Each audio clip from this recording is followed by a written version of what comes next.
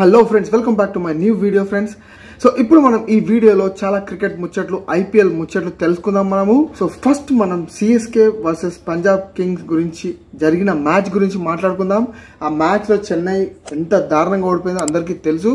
So highlights చెప్తాను ఈ వీడియోలో, కంటిన్యూ స్టే ట్యూన్ ఫ్రెండ్స్. చాలా ఇంట్రెస్టింగ్ విషయాలు ఉండబోతున్నాయి.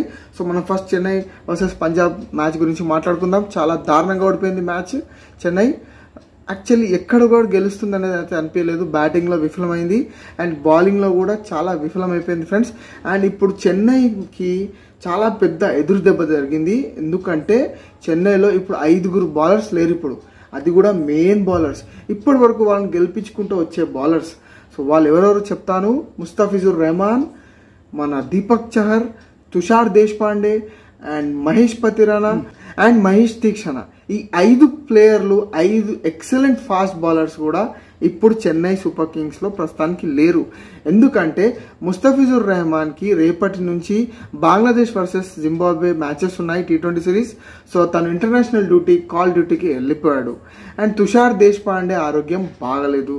అండ్ దీపక్ చహర్ నిన్న ఓన్లీ 2 బాల్స్ వేశాడు, ఏదో ఇంజురీ మళ్ళీ వచ్చినట్టుంది, అతను వెళ్ళిపోయాడు. అతను కూడా అవైలబుల్ లేడు ప్రస్తుతానికి, ఇంజురీతో బాధపడుతున్నాడు.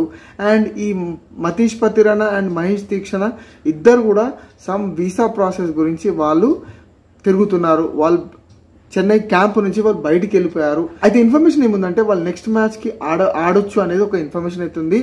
సో చూద్దాం. ఒకవేళ ఈ బౌలర్స్ కాన లేకపోతే సో జరగబోయే 4 మ్యాచ్లు చెన్నైకి చాలా అంటే చాలా కష్టం. అండ్ చెన్నై ప్లే ఆఫ్స్కి రావాలంటే కూడా అంతే కష్టం. చూద్దాం ఏం జరుగుతుందో ఇప్పుడు. అండ్ తర్వాత హైలైట్ వచ్చేసి ఈ మ్యాచ్లో సో MS ధోని చేసిన ఒక ఇన్సిడెంట్ వల్ల, ఒక మూమెంట్ వల్ల MS ధోని చాలా అంటే చాలా హేట్కి గురవుతున్నాడు.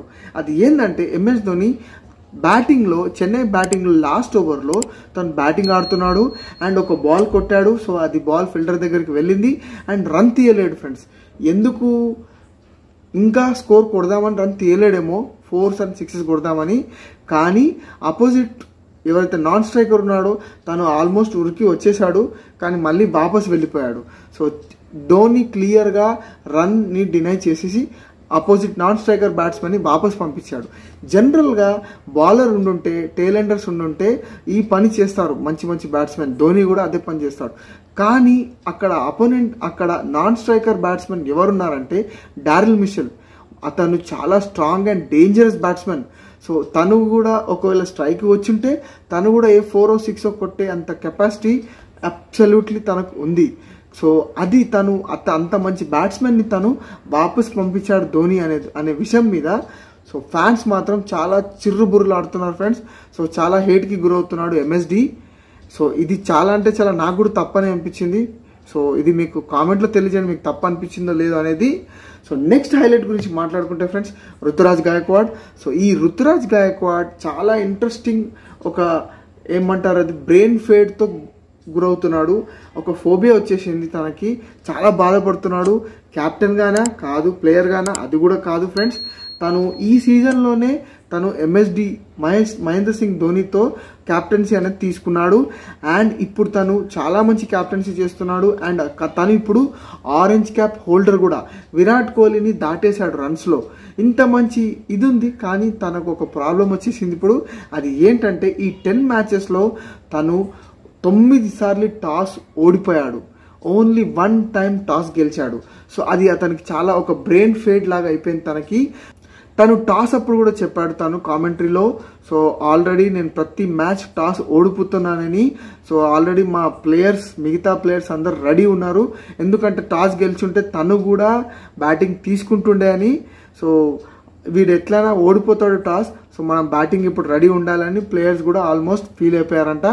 సో ఆ విధంగా జరిగింది. అండ్ మ్యాచ్ అయిపోయినాక కూడా సో మళ్ళీ ఇంకో కామెంటరీ ఇచ్చాడు తను. జనరల్గా తను టాస్ ఓడిపోతున్నాడని, చాలా బాధలో ఉన్నాడని. సో దీని గురించి మ్యాచ్ ప్రాక్టీస్లలో కూడా టాస్ ప్రాక్టీస్ చేస్తున్నాడంట. టాస్ ప్రాక్టీస్లలో కూడా గెలుస్తుండు, కానీ ఒరిజినల్ మ్యాచెస్కి వచ్చేసరికి తను టాస్లో ఓడిపోతున్నాడని. సో ఇది చాలా వెరైటీ అండ్ చాలా డిఫరెంట్ బ్రెయిన్ ఫైడ్ కదా ఇది. సో చూద్దాం దీన్ని ఎలా ఓవర్కమ్ చేస్తాడో రుతురాజ్ గాయక్వాడ్ అనేది. సో ఇంకో హైలైట్ ఏంటంటే అబి డివిలియర్స్.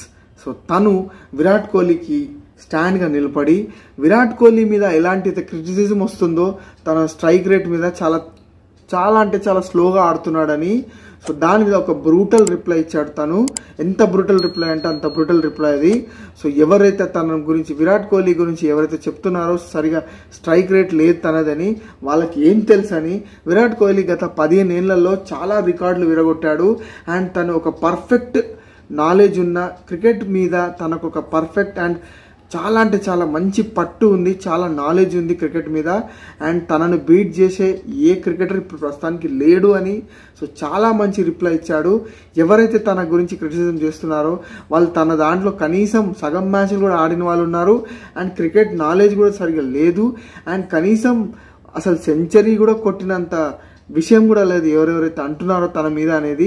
సో వాళ్ళకు విరాట్ కోహ్లీని అనే హక్కు లేదని చాలా బ్రూటల్గా రిప్లై ఇచ్చేశాడు.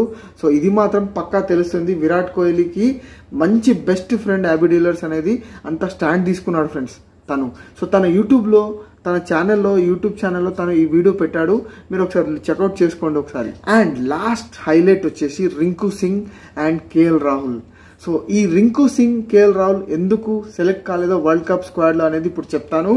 ఈ రోజు బీసీసీఐ ఒక ప్రెస్ కాన్ఫరెన్స్ పెట్టింది. దాంట్లో అజిత్ అగర్కర్ అండ్ రోహిత్ శర్మ ఇద్దరు ఆ ప్రెస్ కాన్ఫరెన్స్ని అటెండ్ చేశారు. అండ్ దాంట్లో మీడియా అడిగిన క్వశ్చన్స్కి చాలా క్లియర్ కట్గా ఆన్సర్ ఇచ్చారు. సో సింపుల్గా చెప్పేశారు, రింకు సింగ్ తప్పేం లేదని అజిత్ అగర్కర్ చెప్పేశాడు. రింకు సింగ్ తప్పేం లేదు, రింకు సింగ్ చాలా ఎక్సలెంట్గా ఆడుతున్నాడు అండ్ ఫామ్ కూడా చాలా బాగుంది. కానీ ఇక్కడ కాంబినేషన్లో తను ఫిట్ కాలేకపోయాడు అనేది రోహిత్ శర్మ క్లియర్గా చెప్పాడంట. తనకి ఎక్స్ట్రా స్పిన్నర్ ఒకటి కంపల్సరీ కావాలని. సో అందు గురించే ఈ స్క్వాడ్లో 4 స్పిన్నర్ తీసుకున్నారనేది రోహిత్ శర్మ కోరిక మేరకే సో 4 స్పిన్నర్లను సెలెక్ట్ చేశాము. అందు గురించే రింకు సింగ్ స్క్వాడ్లో లేకపోయాడు. సో అందు గురించే తనని రిజర్వ్ బెంచ్లో పెట్టామని క్లియర్ కట్గా చెప్పేశారు. అండ్ కేఎల్ రాహుల్ని ఎందుకు సెలెక్ట్ చేయలేదనేది చాలా సింపుల్ రీజన్ అంట. సో కేఎల్ రాహుల్ చాలా ఎక్సలెంట్ ప్లేయర్, ఎక్సలెంట్ బ్యాట్స్మెన్. కానీ ఇప్పుడు తను జనరల్గా ఆడేది తను టాప్ ఆర్డర్లో ఆడతాడు కాబట్టి టాప్ ఆర్డర్లో ఆల్రెడీ ప్లేస్ మంచిగా ఉంది, ఆక్యుపై అయిపోయింది. సో అందు గురించే మనకు మిడిల్ ఆర్డర్లో కావాలి కాబట్టి అందుకే సంజు శాంసన్ అండ్ రిషబ్ పంత్ తీసుకున్నారనేది చాలా క్లియర్ కట్గా చెప్పేశారు. కేఎల్ రాహుల్ని అందుకే సెలెక్ట్ చేయలేదని చెప్పేశారు friends. So actually Rinku Singh గురించి అయితే చాలా బాధగానే ఉంది, ఎందుకంటే అంత మంచి ప్లేయర్ లాస్ట్కి టీంలో సెలెక్ట్ కాలేకపోయాడు అనేది. సో వాళ్ళ ఫాదర్ కూడా చాలా బాధపడ్డాడంట, ఒక ఇంటర్వ్యూలో చెప్పాడు. సో వాళ్ళు ఆల్రెడీ స్వీట్స్ కూడా తెచ్చుకున్నారు, సో సెలెక్ట్ అయిపోయాడని అండ్ ఆల్మోస్ట్ ప్లేయింగ్ లెవెల్లో కూడా ఉంటాడని. కానీ వాళ్ళకి ఈ విషయం రింకు సింగ్ చెప్పగానే వాళ్ళు చాలా హార్ట్ బ్రోకెన్ అయ్యారంట. సో ఎనీవే ఇంకా ఛాన్స్ ఉంది రింకు సింగ్కి 15 మెంబర్స్ స్క్వాడ్లో రావడానికి, ఎందుకంటే ఐసీసీ రూల్స్ ప్రకారం May 25th వరకు టైం ఉంది. సో అప్పటి వరకు ఏదైనా ఛాన్సెస్ ఉంటే స్క్వాడ్లో చేంజెస్ చేయడానికి చేసుకోవచ్చు. సో చూద్దాం, ఆశిద్దాం రింకు సింగ్ 15 మెంబర్స్ స్క్వాడ్లో రావాలని కోరుకుందాం. సో ఈ వీడియోలో ఇంతే ఫ్రెండ్స్, ఇవే క్రికెట్ ముచ్చట్లు, హైలైట్ ముచ్చట్లు ఇవే. సో ఈ వీడియో మీకు నచ్చిందని అనుకుంటున్నాను ఫ్రెండ్స్. సో ఒకవేళ ఈ వీడియో మీకు నచ్చితే నా ఛానల్ సబ్స్క్రైబ్ చేయండి, ఈ వీడియో చాలా అంటే చాలా షేర్ చేయండి అండ్ లైక్ చేయండి ఫ్రెండ్స్. మరో మంచి వీడియో మళ్ళీ కలుసుకుందాం. అప్పటివరకు థ్యాంక్ యూ, బాయ్ బాయ్.